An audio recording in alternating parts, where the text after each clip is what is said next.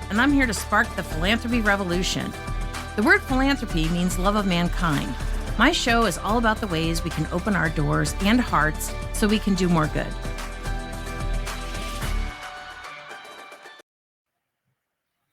Hey everybody, Sarah Lang here. Thanks for joining me on the Philanthropy Revolution. I am a fundraiser. I'm a philanthropist as well. I've raised more than $90 million for nonprofits around the United States, and I'm here to help you raise more money so you can do more good. And, it's interesting because I was at a retreat this past weekend and I was telling people about the revolution and why I started it. And they were like, "Oh my God, like you're so courageous, you're so brave." And I'm like, "Well, I was kind of born this way. So I can't always take credit for being this crazy, courageous unicorn that I am. But I do have some early memories of stirring up trouble that I want to share with you. So when I was in second grade, I had this lovely teacher, Mrs. Allison. She was so kind and she played the auto harp for us and taught us how to play Mancala. And she was just like one of those super cool, lovely teachers. And there was another Sarah in the class. And so she wanted to call me Sally. And apparently I stood up on my chair and was yelling at her, "That's not my name." So she called me Sarah L, and the other Sarah was Sarah H.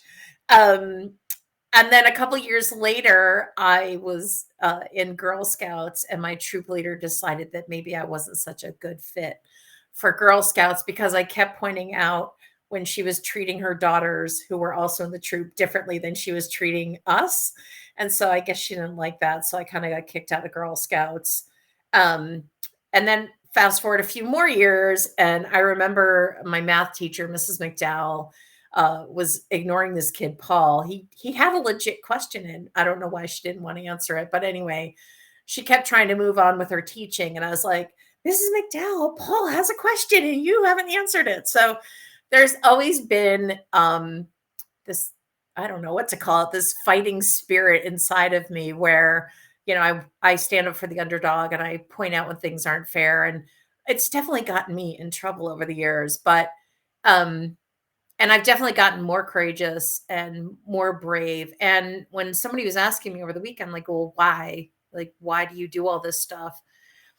And the bottom line is that I do it because I can't not do it. So to me, the cost of not making the world a better place by supporting nonprofits is higher than the risk I'm taking. So any price that I'm going to pay by speaking my mind and standing up for the underdog or championing nonprofits, like that to me, not doing that is such a high cost to me that I'm willing to put up with whatever people want to say about me. Hopefully it's mostly good stuff, but I'm sure I have a few detractors out there. But so, you know, when I talk about the revolution can be done in tiny steps and it can be done softly. It doesn't have to be this, "Oh, we're going to burn down the world" kind of thing. And really, the philanthropy revolution is about love, right? It's about we love I love the nonprofit sector so much that I don't want to see it in turn let other people down. I want to see nonprofits thrive. I want to see the nonprofit sector soar because we're doing the heavy lifting in this country. And yet we're still asked to settle for the crumbs. And that's not fair, right? So, um, I think sometimes we think like pitchforks and torches, but if we look at the history of revolution, the revolution in the United States, I think, took about 10 years. I think the one in France took 12. And then there was one in Haiti that also took about a decade. So these are not always like overnight, burn it down kind of events. So I would really encourage you to just do something different, try something out, be revolutionary in the tiniest, softest way that feels comfortable for you. So that's just a little bit about the way I'm thinking about the revolution. Of course, me, I am ready to do the pitchforks. Hi, Janet. Thanks for joining us. Like I am a pitchfork and torch kind of girl, but I also realize that's not always the most effective approach. So, one of the things I've learned in my 35 years of fundraising is that good technical skills are really important. But what's going to affect the outcome of your fundraising efforts above all else is our attitudes about money. So, today I want to talk about how everything changes when you change your mindset. So, what I see in the nonprofit sector is that a lot of us are locked into scarcity. And scarcity is the belief that there's not enough blank. Fill in the blank. It could be money, time, staff, volunteers. But we believe that there's not enough to go around. And so this focuses on the problem, the deficit, the lack of something. And it's really easy for us to get stuck in this mindset because most of us don't have enough resources to provide excellent and amazing outcomes for the increasing demand and complex needs of the people we're here to serve. So, especially post pandemic, there's a lot of people who are really struggling, trying to put their life back together. I met a guy over the weekend who lost his mother and both of his sisters during COVID. His entire family got wiped out and he is struggling. He is like so weighed down with grief. It's incredible. And um, he said if it weren't for the kindness of friends that he would be homeless right now because he's been so grief stricken. So like these are the people we're here to help. And yet at the same time, we feel like we don't always have the resources we need to help people who are struggling. So the other thing I see is that when we're locked in scarcity, it kind of leads to this scratch and hustle mentality and a competitive environment, which we feel like we have to beat out the competition to grab what little there is. Um, so our donors end up feeling kind of like used and abused and a little bit hustled because we're always kind of going after them for more money, more money, more money. Because that's because we're under pressure to get more money, more money, more money. So it kind of trickles down and it doesn't feel good for us and it certainly doesn't feel good for them.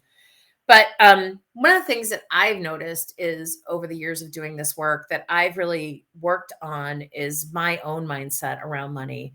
And one of the things I've noticed is that what I habitually think about actually ends up being in my world because you kind of end up manifesting it or attracting it. So if our subconscious minds believe that scarcity is the norm, and then it will fulfill this belief by continuing to ensure that we live in a way that maintains scarcity, which only reinforces our scarcity thinking. So we get into this vicious cycle, right? We think a lot about like, oh my gosh, there's not enough of this, there's not enough of that. And then that turns into our reality.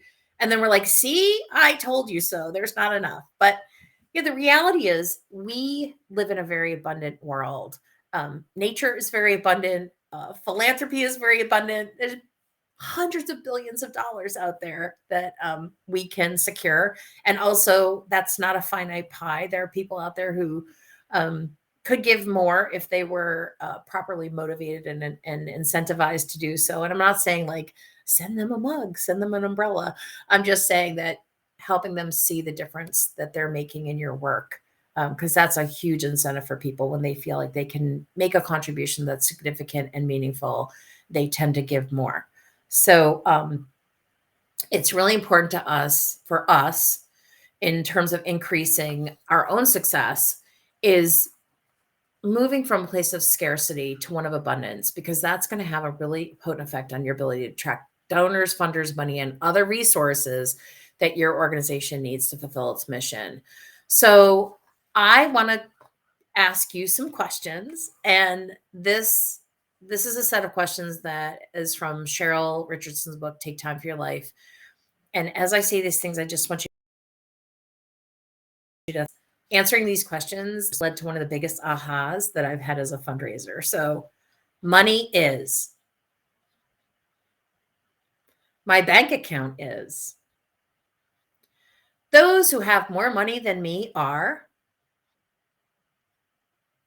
money never, money always. For me to make more money, I must. If I make too much money, then I can't make a lot of money because what I find is when I do this exercise, most people are surprised by at least one of their answers. And I will tell you the answer that surprised me. So when I was doing this exercise way back, um, gosh, like 20 something years ago, I remember it was in my early days as a single mom. So that must have been 24 years ago because my son was 3. So um, when I answered the question, those who have more money than me are, the word that came out of my mouth was assholes. And I was like, oh my gosh. So if I think that people who have more money than me are assholes and I don't want to be an asshole, guess what I'm going to do? I'm going to subconsciously undermine my own financial success. I could not believe that thought was running around my head like a crazed squirrel, right? And so um I was doing the things to undermine my own financial success, even though I wasn't aware of it. But the minute that I brought that belief out into the light, guess what? I could start dismantling it and looking at other things that I believed. And so I'm sure you can imagine what effect that was having me as a fundraiser. I mean, I was doing a good job and I've raised more than 90. Thanks, Lisa. um, I was doing a good job as a fundraiser because I had, raised a lot of money. But when I started realizing how that was affecting it and sent that thought off to live in the wild, my ability to raise money increased significantly. And so this is kind of the power of making that shift. So, unbeknownst to us, we have all sorts of invisible equations like this driving our behavior. We've all been subject to conditioning, whether that's familial conditioning. So, for example, I grew up in a household where my father was first generation American from Germany. And in Germany, work is important. You must work. That is what my grandmother used to say. And so you have to work hard. And so that was kind of shaped who I became, is that cultural belief that work is important. Um, at the same time, I also grew up with a Southern mother who would come out as a debutante. So that her belief system really shaped um, how I was raised and who I became, and also probably why I got kicked out of Girl Scouts because I was very resistant to my mother's, how shall I say, Southern programming. So she grew up as a debutante in the 50s and came out. And so she had a very particular idea about how girls were supposed to be. And I wasn't fitting that mold at all because I grew up between 2 brothers and I was a jock. So she didn't know what to do with me. Anyway, we do have all these invisible equations running around our head, and it could be from, our religious beliefs, our familiar beliefs, our cultural beliefs. Just being brought up in the United States can really shape how we think and who we are. So it's a process and it takes time, but I always kind of find it amusing when I pull these things out of my head and I go, wow, another squirrel. So the cool thing is you can move it from your subconscious into your conscious. And once it's in your conscious, then you can start paying attention to the impact it's having on you. So it's important to examine our attitudes and the chatter that's in our heads, not just about money, but about every aspect of our life. I was telling Chris before the show at this weekend retreat, there was a woman who was convinced that she couldn't leave her job, um, which she hates and is slowly killing her because she hates it. And it's just really stressful for her to be in this job. And so the retreat leader was asking her, well, so why can't you leave your job? Like, do you think there's not another job out there that could provide you with a comparable income that you might not hate as much? And she's like, well, yeah, I think I could do that. And he goes, okay, so then what's the deal? And she's like, well, my husband and I make the same amount of money. And if I don't make as much money, my family will suffer. And he was like, well, do you think your family would be willing to make a few sacrifices, or maybe you guys could move into a smaller house, or maybe drive your car for a little longer? And she goes, oh yeah, my husband and my kids are constantly telling me to quit my job because I'm so miserable. And he's like, okay, so what's the problem? So it's just so funny because she had this belief that what it really boiled down to was she felt like if she wasn't making the same amount of money as her husband, it devalued her worth in the relationship. It's like, there's the squirrel. Right. And so um it's just interesting when you find these things and you trip across them, but then that gives us the power to change them. So it's important to do this work, not just with ourselves, but also with everyone in our organization, including your board, because guess what? They have their own squirrels. Um, so using these questions that I just read off is a great place to start. And it's just such an interesting conversation that you can have um, about people's responses, and it very quickly surfaces like the beliefs that people have around money. So I do that a lot with boards. It's really fun. It's leads to a really interesting conversation, um, and it usually helps us move the board, inch it towards fundraising. So if you want to unlock those board members, you can use questions like that to get them moving. So I've also found that there's a series of limiting beliefs that we buy into that continually kind of keep us strapped into scarcity. And the first thing is that our organization has to stay in business forever. Well, we got into this business to solve problems, right? And so take a second and imagine the world if nonprofits didn't have problems to solve. Wouldn't that be amazing? And yes, I'm probably living in a fantasy land, but I like to think that at least some of these problems that we're trying to solve are solvable. Um, so I think we should aim to go out of business because why would we aim for anything less? If we're serious about solving the problems, homelessness, cancer, after school, lack of after school options for kids, whatever it is, then that should be our goal and our aim, right? So we don't have to stay in business forever. Um, and sometimes one of the things that we were talking about over the weekend is sometimes that chapter of the curriculum is over. Right? So sometimes we stay with something or we have an organization or a business or a job that has outlived its usefulness. So um, just something to think about. Our organization cannot be profitable. I'm just calling straight up BS on that one. Every client that I have is profitable. So the only difference between a for-profit business and a nonprofit business is where the profits go. So in a nonprofit, all of your profits have to come back into the organization to support the mission. But that doesn't say you can't make as much money as you need to. Um, I have one of my clients, they've been with me for 10 years now. They have $113 million stashed away.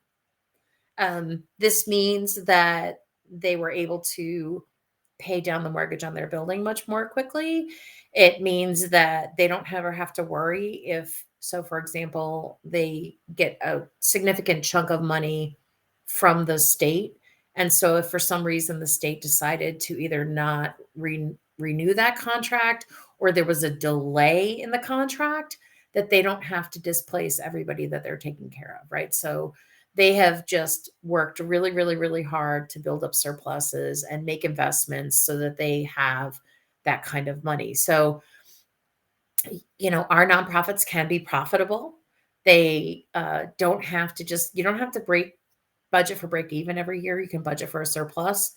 And it's just makes life easier if you have a safety net to fall back on. It's like, you know, if you own your own home and your roof is going to have to get, replaced eventually, it's nice to know that you have that money set aside already or for your water heater or for whatever happens, right? That car that decides it's now on its last leg. So our organizations can be profitable. Just because we are called a nonprofit doesn't mean we have to be a no profit, right? So, um, the other thing that I trip across quite frequently is that organizations often think that they can only rely on subsidies. And when I say subsidies, I mean like private, corporate, government grants, donations, right?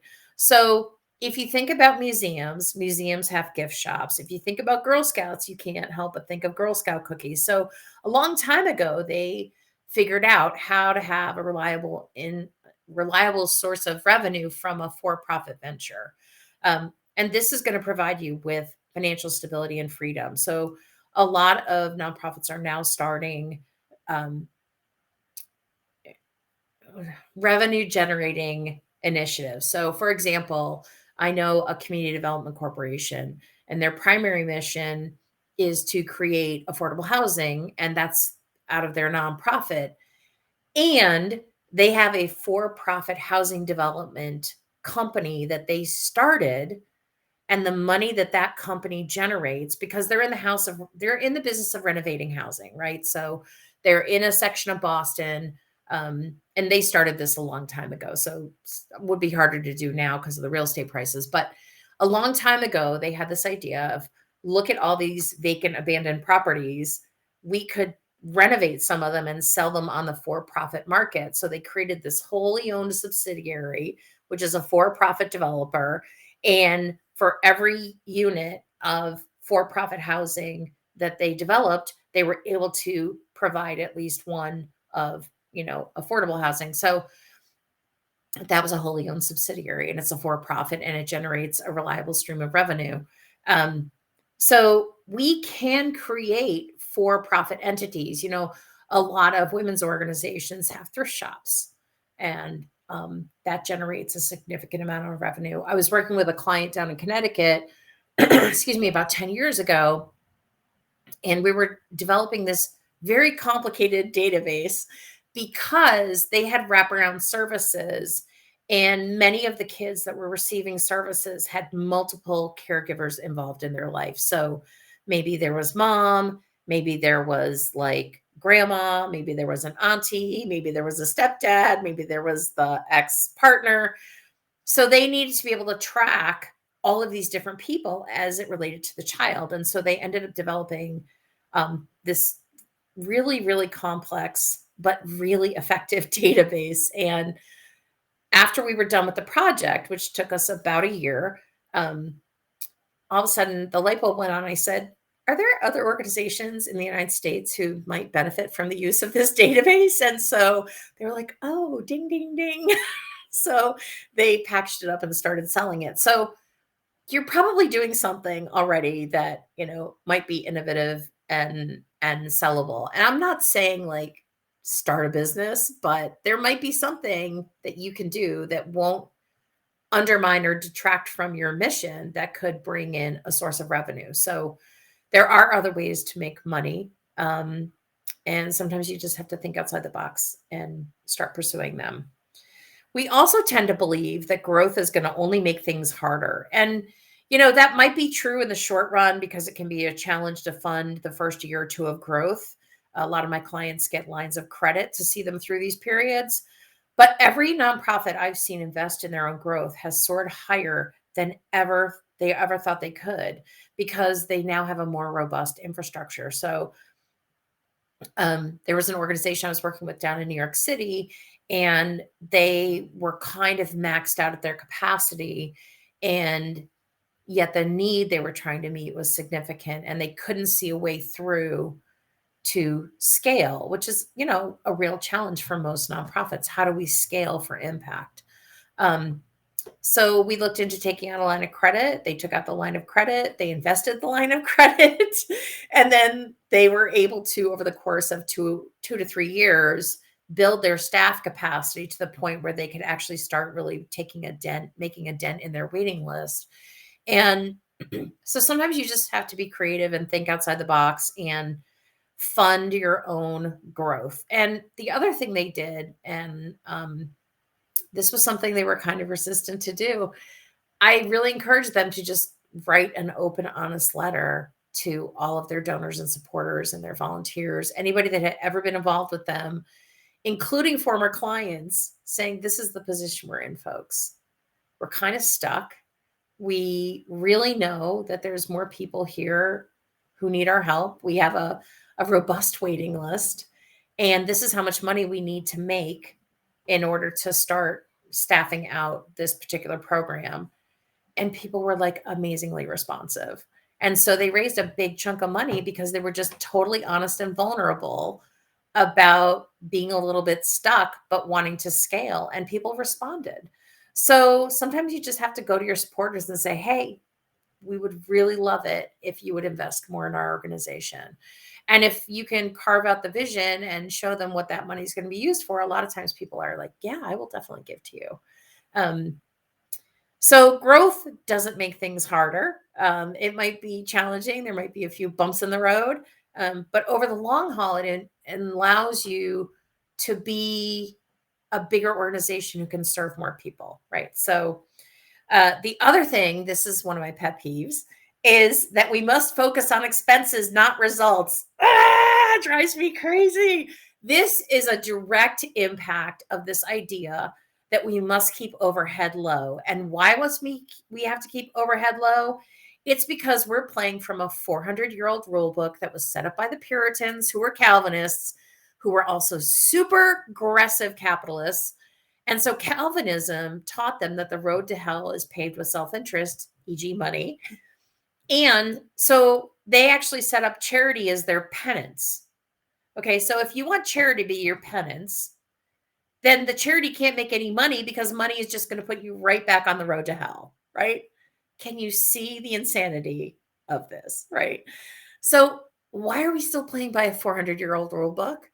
I think the world has changed a little bit. I think the needs out there have changed a little bit. And really, do we want to be somebody's penance? No, we're the solution. So we need to focus on results. We need to focus on impact. We need to focus on transformation, because that is really what our donors and our clients and our funders are yearning for. They do not want to see the world continue to be as crazy and dysfunctional as it is right now, because there's a lot of people out there hurting, and there's a lot of people out there who want to help. So let's focus on the difference we're making, because one of the reasons I love what I do is because you guys do magic, right? Every day you guys do magical things for people, and and also animals in the environment. I don't exclude those. The other thing I see a lot of is this idea that we cannot raise the capital we need to meet our needs. And this is nonsense. Every year we raise millions of dollars for our clients. I'm up to more than 90 million at this point. And most of my clients end the year with a surplus, which gives them that peace of mind that they need. And what I see all the time is a lot of nonprofits struggle because they don't invest in fundraising. Um, it's not because there's not money out there to be had. I mean, there's hundreds of billions of dollars that are donated every year. These numbers go up by billions every single year. That's been the case for the last 7 years. There's been a few dips here and there, but overall, the amount is going up by billions every year. So there's tons of money out there. You just have to figure out how to go get it.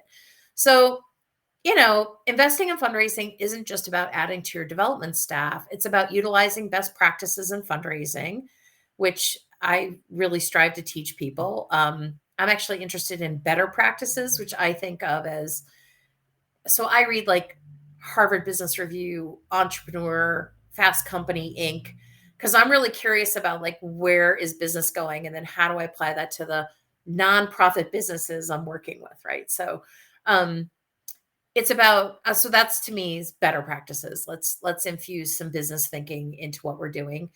A lot of us need to engage our board more deeply in the work of our organization. That includes fundraising, and we need to have a clear, well articulated, exciting vision for the future and a roadmap to get there. Um, and then communicating far and wide again about this magical, amazing stuff you're doing. I hear these stories and I'm like, okay, but that's not anywhere on your social media feed. It's not in your newsletters. Like, how would I know this amazing story if you didn't just tell it to me? Um, so there is lots of capital out there. You just have to figure out how to go get it. And like I said, that's my job and my business is to teach people how to do that. The other one this is probably my number one pet peeve, is this idea that we must do more for less. Says who? Who wrote that rule? And who says that's the rule we have to play by? So when did we decide that our clients deserve only what crumbs we can gather up? The money we save by duct taping our office chairs instead of buying a new one isn't going to help our clients. Um, so we need to stop thinking this way because it's dangerous. Believing we must do more with less lowers the expectations we have for our organizations, but more importantly, our clients. Do our clients really deserve less than they're already getting? No. The people who turn to us for help are already in what I used, it's like a one down position, right? So if I'm coming into your organization, I've already talked to all of my family members and my friends and possibly a clergy person about the problem I'm experiencing, and no one can help. So, like, now I'm coming to your organization, raising my hand, going, I'm in trouble. Can you help me? Maybe it's because I don't have a place to put my kids after school. Maybe it's because I'm about to become homeless. Maybe it's that, I only have an eighth grade education and I can't get a job. So whatever the problem is that you're there to solve, the people coming to you are already worn out and vulnerable. And so I think it's our job to give them the best possible outcomes that we can. And so we can't continue to settle for less, because when we settle for less, it means they have to settle for less. And I just don't think that's cool. So my belief is that we need more so we can do more. Like, we got into this business to make a difference. And that's what our funders and our donors, and especially our clients, want us to do. They want us to make a difference. So I think we can do better than just keeping our chins above water, but only if we change the conversation and the paradigm. When I tell people we're working from a 400-year-old rule book, I said this to the CEO of a foundation the other day. She was like, what are you talking about? And I told her the whole thing about how charity was set up as penance for the Calvinists. And she's like, oh my God. Right? Like, so we have to have the conversation with people. We have to tell them about the reality of our work and the reality of our clients' lives, and start having that conversation and change the paradigm. So again, I've said this before, I will say it a million times more. We are the make or break it point when it comes to the quality of life in the United States. So imagine the United States without arts, hospitals, institutions of higher education, social services, all the amazing things that 501c3s do every single day. Yeah, let's just move to Siberia instead. How about that? Because the quality of life in this country would suck without you guys, right? So, this is partly why I'm so passionate about the work that I do, because the nonprofit sector is Atlas, right? We are holding up the world, and we get treated like third class citizens. And I just say no more. Not willing to stand for that anymore. So, um, it's also where innovation happens. So I don't know if you guys know who Robert Goddard is, but he's the father of modern rocketry. And we went to the moon first because of Goddard. Goddard was the first person to successfully launch a rocket, only because he got an infusion of capital from who? Guggenheim. Yes, the Guggenheim family that set up the museum in New York gave him money to continue with his rocket research. So that's philanthropy fueling innovation. And the same thing is with the first open heart surgery done in this country. It was done by a group of people who set up a hospital who thought more was possible. And so that's why we have open heart surgery now, is because a bunch of philanthropists thought, oh, we could probably do more than we're doing. And they opened up a hospital. So again, philanthropy and innovation right there. So what if all these limiting beliefs aren't true? What if there's stories that we've been told and choose to believe? What if raising enough money to thrive is simply as easy as changing our thinking and our beliefs? So I believe that shifting from a place of scarcity to abundance will have a potent effect on your ability to attract donors, funders, and money, because I've seen it happen for me. So I know it can work for you. So I think really the only question is, are you ready to change your mindset? So if you have any questions or comments, I welcome them in the chat. We have a few more minutes of the broadcast. But in the meantime, I want to tell you, enrollment for the Fundamental 5 is still open. We still have some slots at the founders level, which is $397 a month. And you get to sit on coaching calls with me twice a month for an hour each. And you also get access to the Fundamental 5 curriculum, which is basically my brain in PowerPoints. So the cool thing about the membership is that it belongs to your entire organization. So I understand that the person who's writing the grants is often not the same person who's in charge of social media communications or working with the board. So when you guys join, the membership is actually for your entire organization. So there's lots of different modules with lots of different units. Again, we have two coaching calls a month because I don't ever want people to get stuck with what they're doing. I want to be here to support you. So if you're interested in that, check it out. It's on my website. And then also, if you're not already following me on social media, I'd really invite you to do so. And again, I'm really grateful that you guys joined me today. And thanks for coming along for the ride. And I'll see you in 2 weeks. Thanks. Thanks for tuning in. I'll be back in 2 weeks with another episode. Got topics you want me to cover? Organizations you want me to showcase? Let me know. Also, I'm here to help you revolutionize philanthropy at your nonprofit. If you want to talk about what that looks like, drop me an email.